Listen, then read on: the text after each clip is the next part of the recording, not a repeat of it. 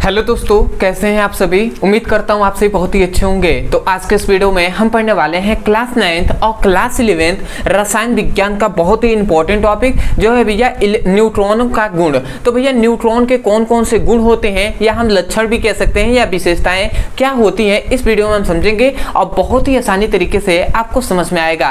तो चलिए दोस्तों अपने टॉपिक को शुरू करते हैं। तो यहाँ पे हमने लिखा है न्यूट्रॉनों के गुण, लक्षण या विशेषताएं। तो भैया न्यूट्रॉनों के निम्नलिखित गुण होते हैं या लक्षण होते हैं या विशेषताएं होती हैं। अब हम एक एक करके समझते हैं। तो सबसे पहला आता है, सबसे पहला न्यूट्रॉनों का जो गुण है कि जो न्यूट्रॉन होते हैं ये उदासीन कण होते हैं। मतलब न्यूट्रॉन एक उदासीन कण होते हैं। इसका मतलब न्यूट्रॉनों पर कोई भी आवेश नहीं होता है, ना तो धनात्मक आवेश होता है और ना ही ऋणात्मक, उस पर कोई भी आवेश नहीं होता है। मतलब न्यूट्रॉन जो होता है वो उदासीन होता है। इसलिए हमने लिखा है कि न्यूट्रॉन एक उदासीन कण होता है। तो आशा करते हैं सबसे पहला पॉइंट अच्छे से समझ में आ गया होगा। दूसरा आता है, दूसरा पॉइंट कि भैया न्यूट्रॉन को भैया N01 से प्रदर्शित करते हैं। मतलब न्यूट्रॉन को N01 से प्रदर्शित करते हैं। ठीक है, तो आपको याद रखना है न्यूट्रॉन को N से या N01 से प्रदर्शित करते हैं। तो आशा करते हैं दूसरा पॉइंट भी आपको अच्छे से समझ में आ गया होगा।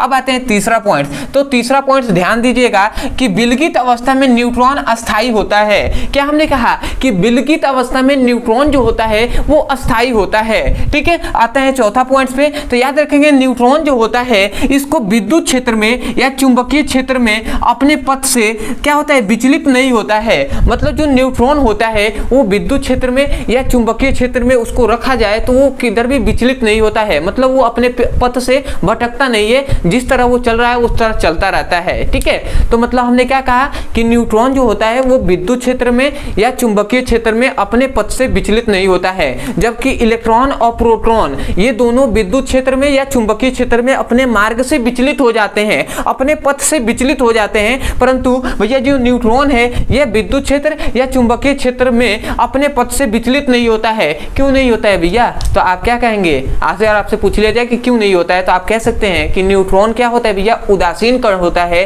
इस पर कोई आवेश नहीं होता है, इसलिए यह अपने पथ से विचलित नहीं होता है। जबकि इलेक्ट्रॉन और प्रोटॉन पर आवेश होते हैं, इसलिए वो अपने मार्ग से विचलित हो जाते हैं। किसमें भैया? विद्युत क्षेत्र में या चुंबकीय क्षेत्र में। तो आशा करते हैं चौथा पॉइंट समझ में आ गया होगा। आते हैं पांचवा पॉइंट में। तो याद रखेंगे इसकी भेदन क्षमता जो होती है उदासीन होने के कारण बहुत ही अधिक होती है। मतलब हमने क्या कहा कि जो न्यूट्रॉन होती है इसकी भेदन क्षमता बहुत ही अधिक होती है। अब भैया क्यों होती है? क्योंकि जो उदासीन कण है ये भैया, जो न्यूट्रॉन है ये कौन सा कण है? उदासीन कण है। तो आशा करते हैं आपको समझ में आया होगा। ठीक है, तो मतलब उदासीन कण होने के कारण ही इसकी जो भेदने की क्षमता है वो क्या है, अधिक होती है। मतलब कोई भी मोटा यदि क्या है वो क्या है आप कह सकते हैं चमड़ा है, उसको क्या कर सकता है, ये भेद सकता है। ठीक है, ये आर पार निकल सकता है जो न्यूट्रॉन होता है ये। ठीक है, अगला आता है कि भैया न्यूट्रॉन की जो त्रिज्या होती है ना वो 10⁻⁻13 सेंटीमीटर होती है। अब आप सोच सकते हैं कि भैया कितनी छोटी न्यूट्रॉनों की क्या होगी, आकार उसकी त्रिज्या होगी कि 10⁻13 सेंटीमीटर उसकी क्या होती है,